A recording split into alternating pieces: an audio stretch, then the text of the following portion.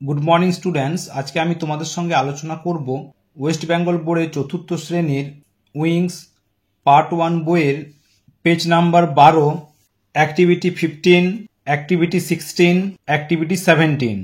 देखो प्रथमे एक्टिविटी 15 की आछे underline the naming words in the following sentences. नीचे जे बाक्यगुली देওয়া আছে ওই বাক্যের মধ্যে একটা নেমিং ওয়ার্ড আছে সেটাকে আন্ডারলাইন করতে হবে। দেখো প্রথমে একের দাগে কি আছে, উই রিড দ্য বুক পাতাবাহার। আমরা পাতাবাহার বইটি পড়ি, তাহলে বইয়ের নামটা কি পাতাবাহার, তাহলে এটা হচ্ছে নেমিং ওয়ার্ড, এটাকে আন্ডারলাইন করতে হবে। এবার দুইয়ের দাগে দেখো the name of my pet cat is Kutus.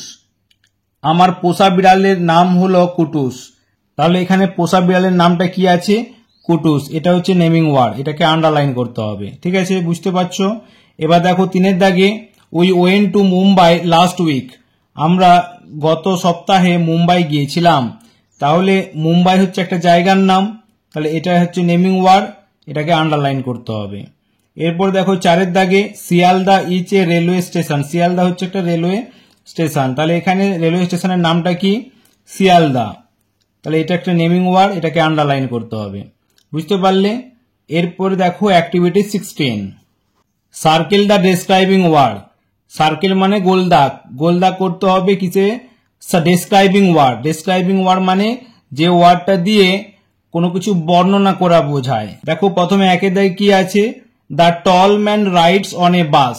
লম্বা লোকটি বাসে চড়েছে, তো এখানে দেখো লোকটা কেমন লম্বা, টল ম্যান, ম্যানটা কেমন টল, তাহলে ম্যানকে ডেসক্রাইব করছে কেমন, সে মানুষটা হচ্ছে লম্বা, তাহলে টল হচ্ছে একটা ডেসক্রাইবিং ওয়ার্ড, তাহলে এইটাকে কি করতে হবে সার্কেল করতে হবে। বুঝতে পেরেছো। এরপর দেখো দুইয়ের দাগে she drew a beautiful picture. সে একটি সুন্দর ছবি এঁকেছিল, তাহলে এখানে দেখো পিকচারটা কেমন বিউটিফুল মানে সুন্দর, তাহলে এইটা হচ্ছে ডেসক্রাইবিং ওয়ার্ড, এটাকে সার্কেল করতে হবে। এরপরে দেখো তিনের দাগে that is an old tree. ওইটি হয় একটি পুরনো গাছ, তাহলে গাছটা কেমন পুরনো, তাহলে ওল্ড, ওল্ড হচ্ছে একটা ডিসক্রাইবিং ওয়ার্ড, তাই এটাকে সার্কেল করতে হবে। এরপরে দেখো চারের দাগে দেয়ার ওয়াজ এ স্মল হাট ইন দ্য ভিলেজ।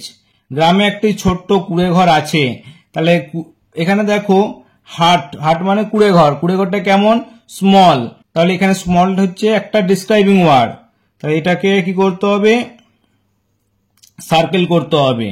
এরপরে দেখো পাঁচের দাগে I took a wooden boat to cross the river.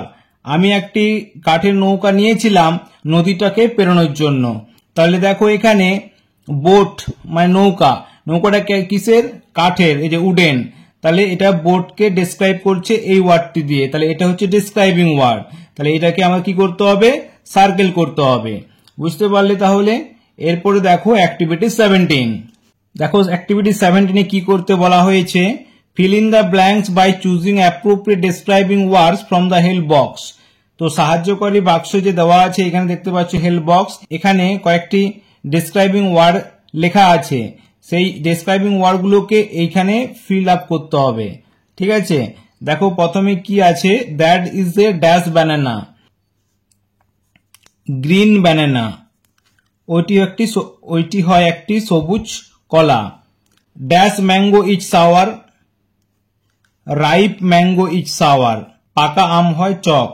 The dash man walks with a stick, the old man walks with a stick, বৃদ্ধ লোকটি লাঠি নিয়ে চলছে। I have a dash dress, I have a beautiful dress, beautiful, আমার একটি সুন্দর পোশাক আছে। That is a dash nail, that is A sharp nail, ওইটি হয় একটি ধারালো নখ। তাহলে অ্যাক্টিভিটি 7টাও কমপ্লিট করে দিলাম। ঠিক আছে, আশা করি সবাই বুঝতে পেরেছো। আজকে এইটুকুই, তোমাদের সঙ্গে দেখা হবে পরের নেক্সট ভিডিওতে পরের অ্যাক্টিভিটিগুলো নিয়ে। সবাই ভালো থাকবে, সুস্থ থাকবে।